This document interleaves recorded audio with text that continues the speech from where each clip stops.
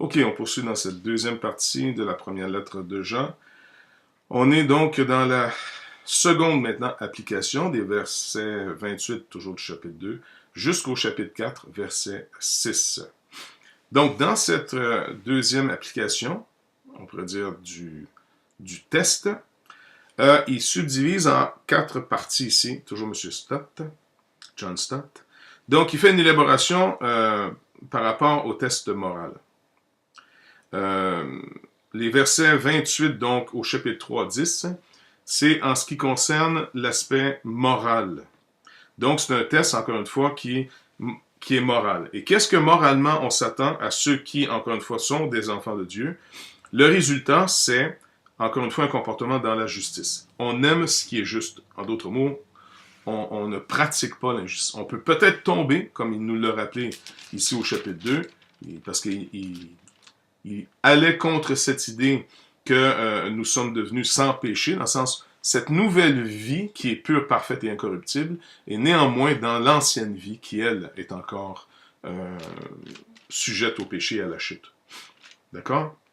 Petits enfants, je vous écris ces choses afin que vous ne péchiez point. Et si quelqu'un a péché, nous avons un avocat auprès du Père. Il est lui-même une victime. Donc, là, il va dire, néanmoins, si cette nouvelle naissance est en vous, vous êtes juste. Vous aimez ce qui est juste, vous pratiquez ce qui est juste, et vous n'avez pas d'association, en d'autres mots, avec ce qui est injuste. Ça marche? Deuxième point, il va élaborer encore une fois le fameux test social. Premier test moral, le deuxième test social. Le test social, la nouvelle nature, cette réconciliation à Dieu, cette nouvelle naissance, donc Christ en nous, produit socialement l'amour. Le chrétien, contrairement à avant, ne s'isole pas, mais il rétablit des relations. Les relations deviennent importantes. Il est très sensible aux relations qu'il développe parce que c'est un critère important pour Dieu.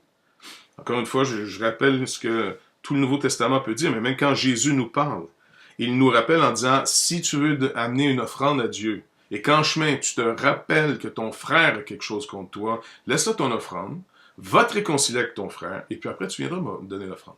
Dieu se met lui-même au deuxième plan. Nous, on aurait pu dire, ben, Dieu est plus important que mon frère. Surtout le frère que moi, j'ai personnellement rien contre lui, mais c'est lui qui a quelque chose contre moi. On pourrait dire, écoute, le Seigneur dit, non, non, non, non. L'œuvre que j'ai faite pour toi, cette œuvre que je fais, c'est pour te réconcilier à moi, et moi, si tu es réconcilié à moi, tu es réconcilié à ce qui est à mon image. C'est le test où c'est encore une fois. Comment peux-tu dire que tu aimes ton frère? Comment tu peux dire que tu n'aimes pas ton frère?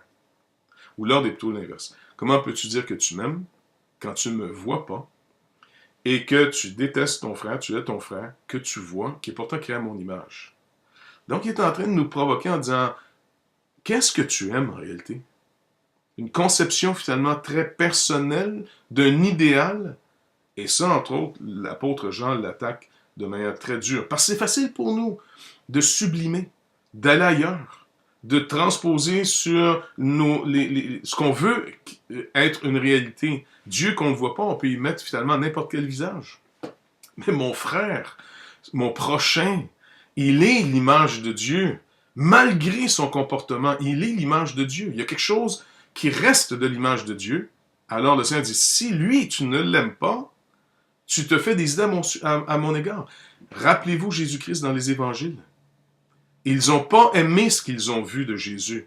Le Jésus de Nazareth, la véritable image de Dieu. Philippe, depuis que je suis avec toi, tu ne m'as pas encore connu. Tu ne comprends pas que je suis dans le Père et le Père est en moi, qu'on est un. Si tu m'as vu, tu as vu le Père. Si tu m'as vu, tu as vu Dieu en personne. Je dis, attends, Seigneur, toi, tu es un charpentier, quelqu'un qu'on connaît. Alors, ils sont bouleversés. Pas compliqué, ils sont bouleversés. On se faisait une autre idée. Oui, c'est vrai, mais voici l'idée véritable que Dieu veut qu'on ait de lui. Jésus-Christ. Donc, c'est un peu la même chose pour ici, Jean dit, Dieu veut nous rappeler que le prochain est à son image. Donc, voilà. Poursuivant ici, il va donc élaborer ce test social. L'amour, c'est donc le chapitre 3, verset 11 à 18. Il fait encore une digression en ce qui concerne l'assurance et la condamnation qu'il peut y avoir dans notre cœur. Versets 19 à 24. Pour faire vite, c'est si mon cœur me condamne, ce qui est tout à fait normal, parce que mon cœur a encore toujours l'écho de la loi. Et la loi, son but, c'était de m'amener à la croix. Maintenant, puisque je suis venu à la croix par la foi, je suis venu à Jésus-Christ, eh bien, cette loi maintenant doit se taire. Car si mon cœur, dans lequel la loi résonne encore, me condamne, Dieu est plus grand que mon cœur. Dieu qui me pardonne en Jésus-Christ. Donc, c'est une digression importante que Jean nous fait ici.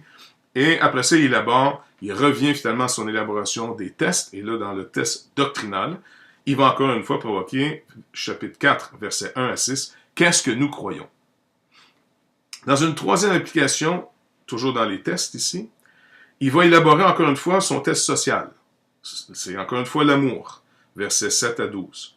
Il va faire une combinaison maintenant de le test doctrinal et un test social, les versets 13 à 21, et il va faire une combinaison des trois combinaisons ici, les trois tests, donc qui sont personnel, social et doctrinal, et ça c'est les versets 1 à 5 du chapitre 5. Après ça, il fait cette référence aux trois témoins. Et puis les conséquences que ça peut produire, les trois témoins. Il y a trois témoins, les versets 6 à 12, et aussi leurs conséquences qui produisent l'assurance, versets 13 à 17. Et finalement, les trois affirment, et les trois affirmations qu'il va faire à la fin, plus l'exhortation finale du verset 18 à 21. Donc ça, c'est dans la première lettre de Jean, survol naturellement. Et donc, je vous ai dit au début que beaucoup pensent que la seconde épître de Jean serait comme un billet attaché à la première. Un peu pour dire à une certaine église où la lettre va se rendre. Il écrit finalement donc dans son introduction, les versets 1 à 3. Il donne son message ici au verset 4 à 11. Vous avez remarqué, c'est un court billet, c'est très très court. 4 à 11, j'étais fort réjoui de trouver tes enfants qui mangent dans la vérité. Et ensuite, et donc il salue. Donc il y a vraiment ici, il écrit à partir d'une église et il rappelle cette église les saluts. Et finalement, les versets 12 à 13, c'est la conclusion. Donc assez simple. Pardon. Mais on voit ici le billet auquel il attache finalement ce petit billet à sa première lettre. Et la troisième, pour terminer, c'est pas nécessairement un billet qui est attaché à sa première lettre, quoiqu'elle peut peut-être l'accompagner, mais elle s'adresse surtout à quelqu'un. Donc, vous pouvez le voir ici. L'ancien, donc c'est lui, se nomme l'ancien, à Gaius, le bien-aimé, que j'aime dans la vérité. Il envoie une lettre à cet homme pour traiter un problème qui peut y avoir malheureusement souvent dans les églises. Ici, ça concerne Diotrephe. Diotrephe qui est un homme qui a pris un peu contrôle, même pas juste un peu, beaucoup. Il contrôle l'Église au point finalement qu'il en a fait quasiment son tribunal. Tellement pris contrôle de l'Église, de cette Église-là, qu'il refuse même de recevoir ceux que Jean envoie. Jean est le responsable. C'est un homme finalement qui refuse, même à l'apôtre Jean, son autorité sur les églises pour envoyer finalement quelqu'un vérifier si tout est en ordre. Quand vous marchez dans la vérité, vous n'avez pas peur d'être mis en lumière. Vous n'avez pas peur que quelqu'un vienne vérifier ce que vous faites. Au contraire, vous êtes content parce que plus on a la part de l'ensemble, alors plus on est finalement sécurisé de dire bon, on a passé un certain test. On a passé le test de l'humilité. On passe aussi le test de l'aspect plus universel de l'Église, ce qui est très important pour nous. Rappelez-vous ce que les proverbes nous disent. Celui qui se tient à l'écart cherche ce qui lui plaît.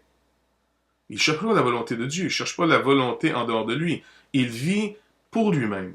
Celui qui se tient à l'écart cherche ce qui lui plaît. Et il s'irrite contre tout ce qui est sage. Donc, on a vraiment ici le contexte de Diotrephe.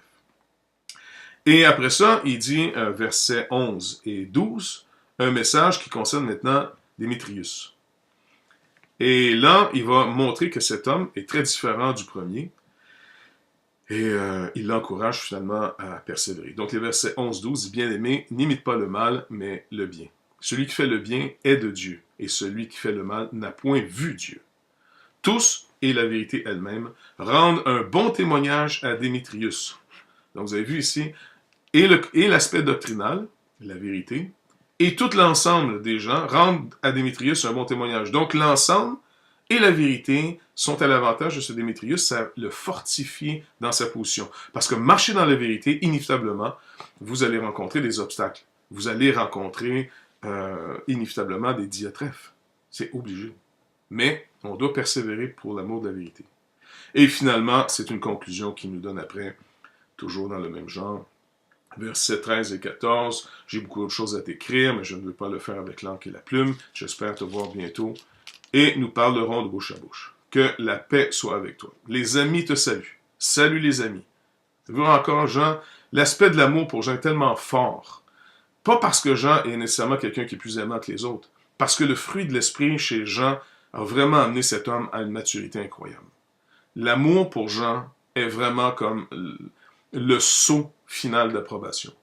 Comme pour l'apôtre Paul, un homme qui avant était violent, son orthodoxie sans Christ, sans être brisé, sans que cette loi, cette orthodoxie, cette compréhension l'ait amené à la croix, ça avait fait de ce Saul de Tarse un homme au nom de l'orthodoxie de la vérité, un homme dur, un homme violent, un homme qui, au nom de sa justice, la mort le suivait. Les persécutions, l'emprisonnement de tous ceux qui n'étaient pas d'accord avec lui. Le même Saul de Tarse, après Jésus-Christ, devient une mère. Il devient quelqu'un qui donne sa vie pour les autres. Il est concerné, il se dépense sans compter pour l'Église. Il vit au maximum, même s'il faut que ça lui coûte sa vie. Quelle différence incroyable. Et pourtant, toujours aussi orthodoxe. Même mieux, l'orthodoxie pharisienne, avec la pierre qui avait été rejetée, maintenant l'édifice fait du sens. Jean nous rappelle la même chose. C'est pour ça que quand on lit Jean, on n'est pas surpris de voir à quel point il nous rappelle, n'oubliez pas, il ne vous reste qu'à vous aimer maintenant. Vous avez été pardonné. Vous avez été justifié. Puisque maintenant vous avez été pardonné et justifié, et que vous êtes appelé à vivre éternellement avec celui qui vous a aimé au point qu'il a donné son Fils unique pour vous, qu'est-ce qu'il nous reste à faire?